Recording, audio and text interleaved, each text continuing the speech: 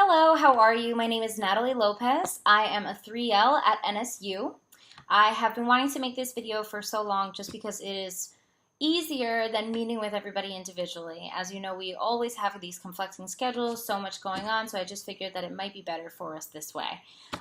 You have expressed an interest of some sort in a project, whether you saw it on an email, a mass student email, or maybe Facebook, or somebody approached you and told you about it.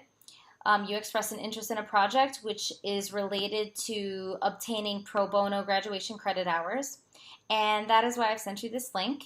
And also, I probably sent you, and if I didn't, please let me know, a couple of PDF forms regarding the process of obtaining these pro bono hours through our Career Development Office.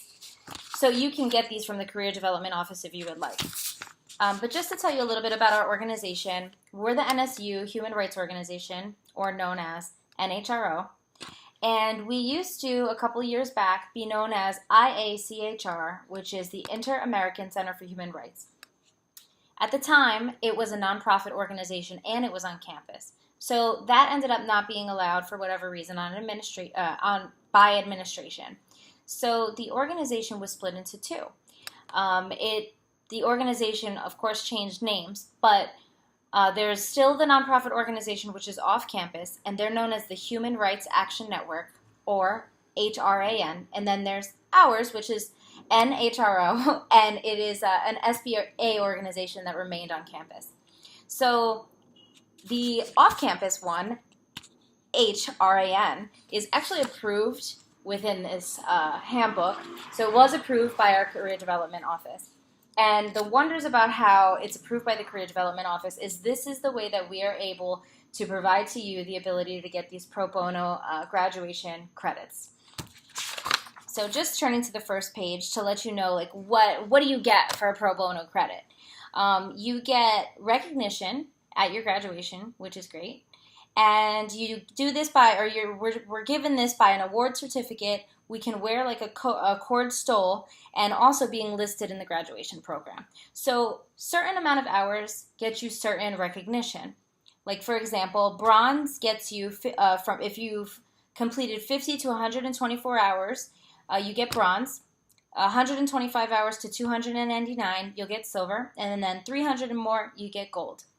And then as well, just to show you that we are listed within, in case anybody asks you, we are right here, right there. And the executive director is Professor Charlene Smith, and she's listed on there as well. Along with that, in order to participate, you would have to fill out a form. And I always recommend, they're timesheets. So I definitely recommend that while you're doing your hours, you fill it out as you go, because it's really difficult to compile them all at the end. So you have to turn these in to Jennifer Gordon at the end of each semester in order to get credit. The dates may vary. It really just depends. Like, for example, I don't think that there's a deadline right now for 1Ls and 2Ls, but for a 3L, we have to have it in by March 24th at 5 p.m.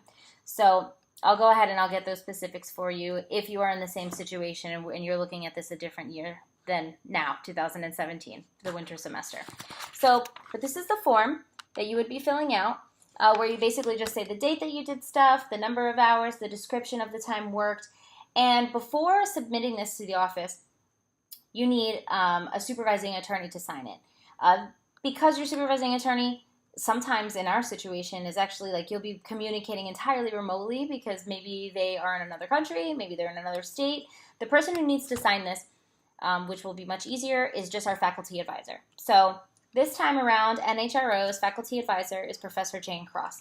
So there will be a certain designated hour that I will speak with her, that she will be able to sign all of the documents and get them back to you so that you can turn them in timely to Miss Gordon. Let's see what else. We also have an evaluation form that you're going to need to fill out. You'll only need to do one of these, obviously, but where you basically just rate your experience, and I hope that your experience was great. If it wasn't, please let me know along the way. I'm here to entirely supervise your entire relationship between you and your supervising attorney that you're connected with for this particular project. So if you ever experience any issues, definitely go ahead and let me know, and I will do my best to fix whatever the problem may be, even if it's moving you to another project or, having a discussion in order to clarify various issues, the works. I've been supervising, connecting students with their supervising attorneys for about 2 years now, probably since my 2L year. So I am more than willing to help you. What else? Just to let you know, different things that NSU Human Rights Organization has done. We've connected students with different employment opportunities, working in like an employment firm where they've gotten paid for things. We love our one student. His name is Alberto. He ended up meeting the supervising attorney who he was working with for so long. He went to Spain and he actually met her, and he's doing a semester abroad over there. So his networking opportunity is just an example of how much you can shine and truly what it is, what it means when you network with different, attorneys, different firms, when you actually want to volunteer and spend your time, and the things that come from it are truly beneficial. So we've done things. What did he do? He actually was able to close a refugee camp in France where there were unaccompanied minors, and he did a lot of research for that. We also have done different things with farm workers' justice. We have done clemency projects, so the Innocence Project. We've done asylum issues, immigration issues, employment discrimination, different constitutional issues. Right now we have some intellectual property things coming up. What else have we done? Where we're helping right now, we're helping people who are unfortunately like in the northern region of Colombia, who there's like been some sort of government corruption where the government is allowing the mining businesses to come in and take some of their natural resources, and it's leaving them malnourished. So we're trying to do fundraisers for that. We also have sent fundraisers to Syrian refugees. The NSU Human Rights Organization is truly something that has changed my life, and I hope it changes yours too. One rule that I always have in regard to being connected with a supervising attorney is communication. Communication is key, because if, we're under this rock, like, always in our books or whatever, but these people, they're out on the field, these attorneys, they're out on the field, they have clients who they are conversing with every day, who are demanding different things from them, and then that's where, of course, your projects come from, demands. So they have real-life clients, real-life situations, real deadlines, and I always ask that you just remain in constant communication and constantly respect the supervising attorney to the best of your ability.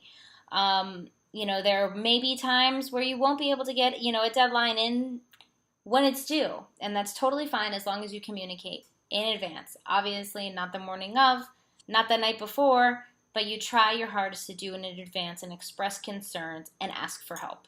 I'm here to help. Your supervising attorneys are always here to help. And through me, I can go ahead and, ask the president of NHRO to help, ask, the executive director, Professor Smith, who is the executive director of HRAN, or even our faculty advisor, Miss Jane Cross. There is help out there if you're facing an issue. So that's my main thing. Communication, respect, courtesy, and just make sure to have fun, and don't forget about why you came to law school. I know that usually anytime during the semester, some downfall that I have is that I just get tired and bored or whatever, but you have to remember why you're here, and these human rights opportunities are a wonderful way to remember why we are here because of all the help that we're able to offer the community. So thank you so much again for expressing your interest, and please send me an email and let me know if after hearing this video, if you are still interested. These projects working with supervising attorneys, it's really what you want to make of it. I mean, you can do 30 minutes out of the week, or you could do 20 hours. I mean, it's entirely up to you. If you're a 1L and you're starting early, great for you, because it'll be that much easier for you to become one of the gold members with 300 plus hours. So I'm graduating this May 2017, but I will become an HRAN volunteer for sure. So I hope to be, remaining in touch with you. And please just let me know if you need any help. Thanks so much. Have a good one.